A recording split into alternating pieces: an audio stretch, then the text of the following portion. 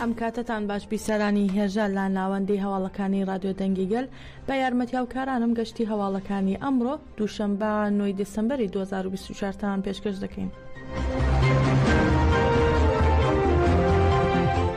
لە ئەنجامی هێرشی فڕۆکەیەکی بێفڕۆکەوانی دەوڵەتی داگیرکەری تورک بۆ سەرماڵێک لە گوندی مەستەرحال لە عین عیسا لە باکووری پارێزگای ڕەققا 11 هاوڵاتی مەدەنی شەهید بوون کە سەرجەمیان ئەندامی یەک خێزان و منداڵ و ژنیشیان تێدا بووە.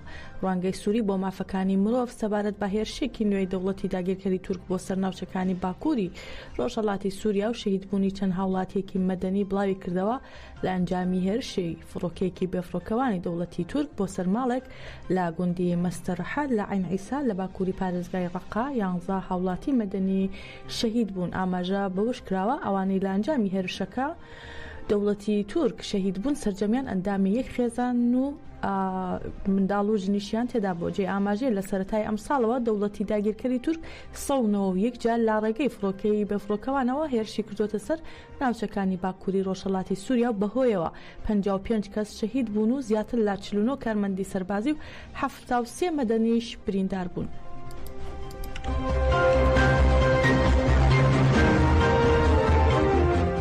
ئاژانسی هەواڵی ئەنها بڵاوی کردەوە کاژمێر چواری بەیانی ئەمڕۆ دەوڵەتی داگیرکەری تورک و چەتەکانی گوندی ئومولکەیفیان لە ڕۆژاوای شاری تەلتەمر لە کانتۆنی جەزیرە باچەکی قوڵۆژ تۆپباران کردووە. ئاژانسی هەواڵی ئەنها بڵاوی کردوتەوە تا ئێستا زیانەکانی هێرشەکە نەزانراوە.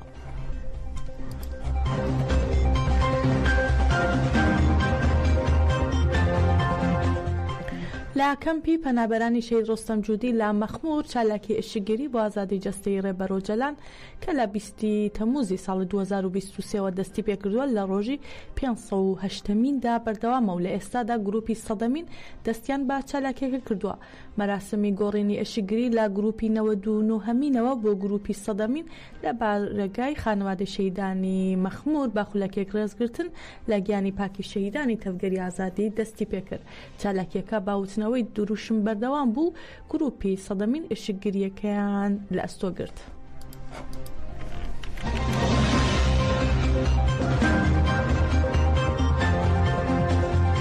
کۆنگرەی نەتەوەیی کوردستان کەنەکە بڵاوی کردەوە پێشهاتەکان لە سەرانسەری سووریادا دۆخێکی نوێی خوڵقاندووە.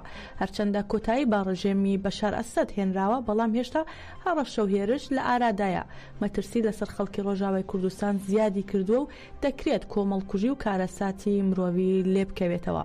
کۆنگرەی نەتەوەیی کوردستان کەنەکە لەبارەی دۆخی سووریا و مەترسیەکانی لەسەر ڕۆژاوا پەیامێکی بڵاو کردوێتەوە و ڕایگەیاندووە پێشهاتەکان لە سەرانسەری سووریادا دۆخێکی نوێی خوڵقاندووە. هەروەها کەنەکە ڕای دەگەێنێت کارنامەی سەرەکی دەوڵەتی داگیرکەری تورکیا لە ناوبردننی دەستکەوتەکانی گەلی کوردستان و داگیرکردنی ڕۆژاوای کوردستان و ئەنجامدانی کۆمەڵکوژی و گۆڕینی دیموگرافیای ناوچەکەیە بۆ ئەو مەبەستەش هەوڵەکانی خۆی بە هەموو شێوەیەک چڕ دەکاتەوە.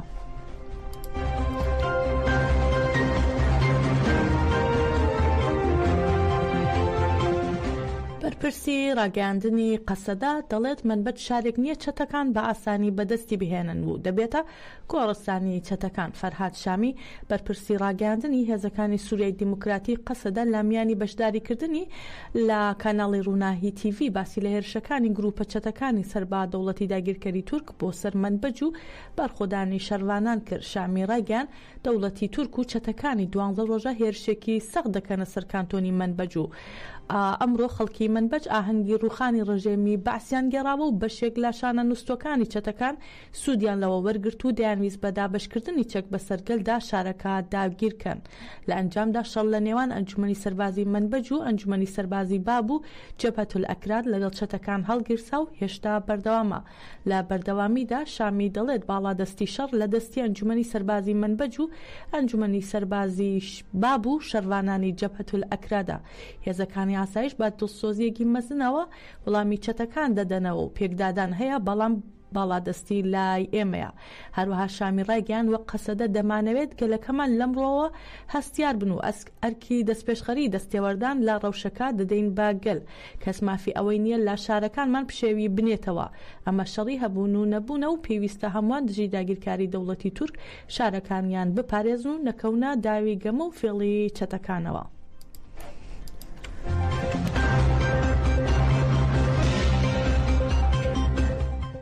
ئەندامی دەستەی بەڕێوەبەری هاوسەرۆکی پێیەدا ئاڵدار خەلیل ڕایگەیاند بەڕووخانی ڕێژێمی ئەسەد پێویستە سەردەمێکی نوێ لە سووریا دەست پێ بکات و وتیشی دەستێوەردانەکانی دەوڵەتی تورک قەیرانەکانی سووریا قوڵتر دەکاتەوە. ber êdî pêvajoyeke piştî 62 sal em bêjin 61 sal û nehme bi dawî dibe pêvajoyek nû dest pê dike. Lêya giring em bipirsin ev e pêvajoyek nû rast dest pê dike malbata Esed ser desthilatdariyê dikevin lê Sûriyayê pêşiya me wê çawa be. Gelo ev hêzên got piştgiriya dewleta Tirk û hin hêzên din wê ew jî ji bo Sûriyeke nû çawa nêzik bibin. Wê Sûriyeke demokratîk were ava kirin wê pergaleke çawa bê bi pêşxistin ev e mijara nirxandinê û herkes servê fikire. Yani tamam hat dîtin ew malbat ser desthilatdariyê çûn. Lê gereke heger bi rastî navê xwe dike şoreş û dixwazin bi navê şoreşê tev bigerin weçe gereke Sûriyeke nû bê pêşxistin Sûriyeke goj demên desthilatdariya despot ya malbata Esed û partiya Baas cudatir be.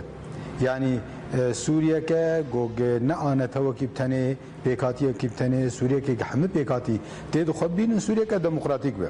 Ev mudaxela dewleta Tirk di dosya Sûrî de van metirsiya zindî dike. Metirsiyê çawan heger berê partiya Baas bi hinek hewldanên wendakirina nasname û ziman û çewsandinê nêzîkatî dikir lê feqet dewleta Tirk nekêmî wî. Dewleta Tirk hîna siyasetê girantirin. Yani hîna ew heta hebûna fîzîkî ya milletê me jî qebûl nake. û ev di denî şandan nêtekî wanî gog Sûriyeke demokratîk ava bitine hîna ji xwe negotine kavê navê Sûriye çi be wê pergala Sûriye çi be lê heger ew li Tirka guhdar bikin Türk nerîna wan ev e Türk dibêjin gereke proja demokratîk li Bakur Rojhilatê Sûrî nemînin û divê Kurd taybet nemînin. Tayarên Türk dibêjin em ev merselakî gelê Sûrî qedera xwe tayîn bike baş e gelê Sûrî di nava xwe de wê li hev bike wê riyekê çareseriyê di nava xwe bibîn tu çima bi tayarê xwe êrîj dike yani firokên ê keşfê û ê bi rokêtên êrîşan bi mûşekan êrîşî min bicê dikin mane tevê dewleta Tirkin. Dewleta Tirk yekser bûyî tarafek di hindirê dosyaya Sûrî de û ermanca wê verê vebiriya xwe ser tu nebikî yan jî vê projê bin bixe. سەر لە بەیانی ئەمڕۆ ئیسرائیل لە ڕێگەی فڕۆکەی بێفڕۆکەوانەوە هێرشی کردە سەر ناوچەی قەلەمون لە سووریا و لە کاتێکدایە هێرشی چەتەکانی دەوڵەتی تورک بۆ سەر سوپای سووریا بەردەوامە بە پێی زانیاری میدیا عەرەبیەکان تا ئێستا ژمارەی زیانەگیانی و مادیەکانی هێرشەکە نەزانراوە ئەمە لە کاتێکدای هێرشی چەتەکانی دەوڵەتی تورک بۆ سەر سوپای سووریا بەردەوامە و بەشێکی زۆری خاکی سووریایان کۆنتڕۆڵ کردو و هەروها بەشار ئەسەد و خێزانەکەی بۆ رووسیا هەڵاتوون.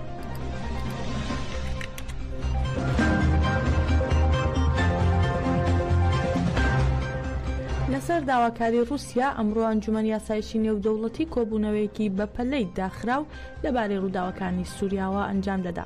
ئاژانسی فرانس پرێس سەبارەت بە کۆبوونەوەی ئەنجومەن یاسایشی نێودەوڵەتی لەبارەی ڕەوشی سووریاوە ڕایگەیان کۆبوونەوەکی ئەنجومەن یاسایش لەبارەی سووریاوە ئەمڕۆ ئێوارە ئەنجام دەدرێت. ئەمە لە کاتێکدایە دوێنێ تەلەڤیزیۆنی فەرمی سووریا بڵاوی کردەوە حکوومەتی بەشار ئەسەد کۆتایی پێهاتووە.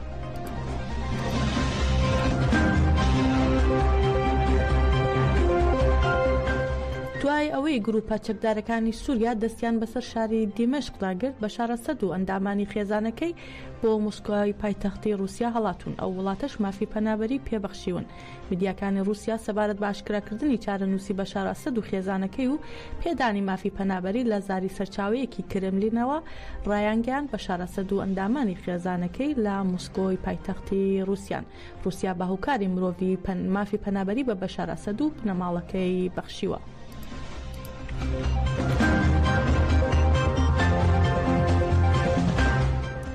لە هەریەکان لە شارەکانی شفیل، لیڤەرپول و لەندەنی پایتەختی بریتانیا بە مەبەستی هاودەنگی بۆ ڕۆژاوای کوردستان و دژی هێرشەکانی دەوڵەتی داگیرکەری تورک و چەتەکانی چالاکی بەڕێوەچوو با دەستپێشخەری گەنجانی ئینتەرناسیۆناڵ و گەنجانی سۆسیالیزم و کۆمەڵی کوردی لە شاری شفیلد کردبوونەوە بەڕێوەچوو واژۆ کۆکرایەوە و ڕخنەی توند ئاراستی حکوومەتی بریتانیا کرا کە لە چەند ڕۆژی ڕابردوو چەندین چالاکوانی کوردی لەسەر دۆزی ڕەوای کورد دەست بەسەر کردووە.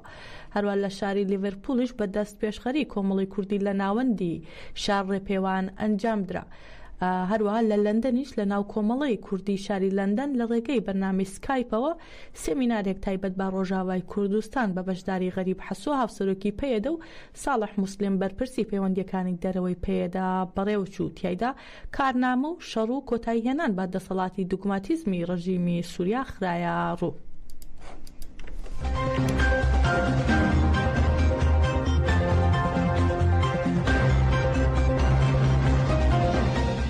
ئومید حامیدی مامۆستای شاری کامیاران لە ڕۆژهەڵاتی کوردستان بەبێ مۆڵەتی یاسایی لەلایەن هێزەکانی وەزارەتی ئیتلاعاتەوە لە شوێنی کارەکەیدا دەست بەسەر کراوە. هێزە ئەمنیەکان دوای دەست بەسەرکردنی ئومید حامیدی و گواستنەوەی بۆ ماڵەکان پشکنیوە و دەستیان بەسەر هێندێک کەلوپەلی کەسی ماڵەکەدا گرتووە. ئەم مامۆستایە تا ئێستا لە مافی وەرگرتنی پارێزەر و دیداری بنەماڵە بێبەش کراوە و سەرەڕای بەدواداچوونی بنەماڵەکەی هیچ ڕوونکردنەوەیکان دام و دەستگا ئەمنی و دادوەریەکان هیچ ڕوونکردنەوەیکان لەسەر بارودۆخی ئەم هاوڵاتیە بە بنەماڵەکەی نەداوە. لە چەند هەفتەی جێ ئاماژەیە لە چەند هەفتەی ڕابردوودا سێ مامۆستای کوردی تر بە ناوەکانی ئازاد خادم، عەبدوڵڵا کەریم گوڵان و حەمید عەزیزی لە شارەکانی سەقز و کامیاران لەلایەن هێزە ئەمنیەکانەوە دەست بەسەر کراون و گوازراونەتەوە بۆ دەست بەسەرکردنی ئەمنی لە شاری سنا.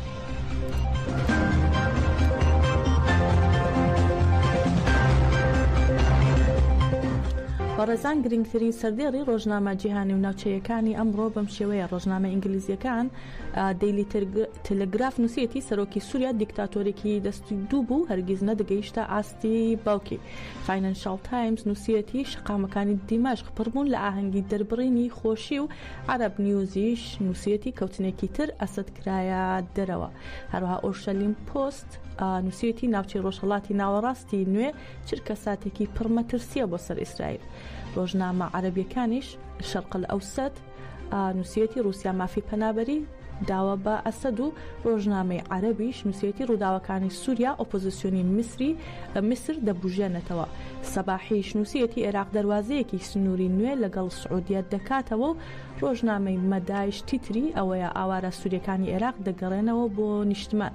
هەروە ڕۆژنامە فارسیەکان ئەبرار نووسێتی ئێران سنوورەکانی تون دەکات و ڕۆژنامەی ئەسکەناس نووسێتی پرشکی ئاگرەکەی سووریا دەگاتە تورکیا و ڕۆژنامەی ئەفکاریش نووسێتی ئێران مامەڵە لەگەڵ حکوومەتی نوێی سووریادا دەکات و ڕۆژنامەی تجارەتیش نووسێتی ئاڵوگۆری بازرگانی نێوان تاران و دیمەشق وەستاوە.